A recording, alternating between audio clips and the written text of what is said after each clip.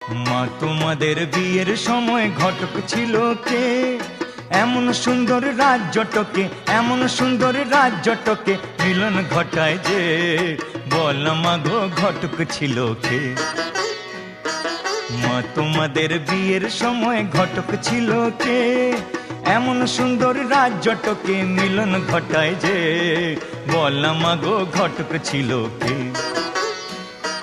মা তোমাদের বিয়ের সময় ঘটক ছিল কে? মা তোমাদের বিয়ের সময় ঘটক ছিল কে?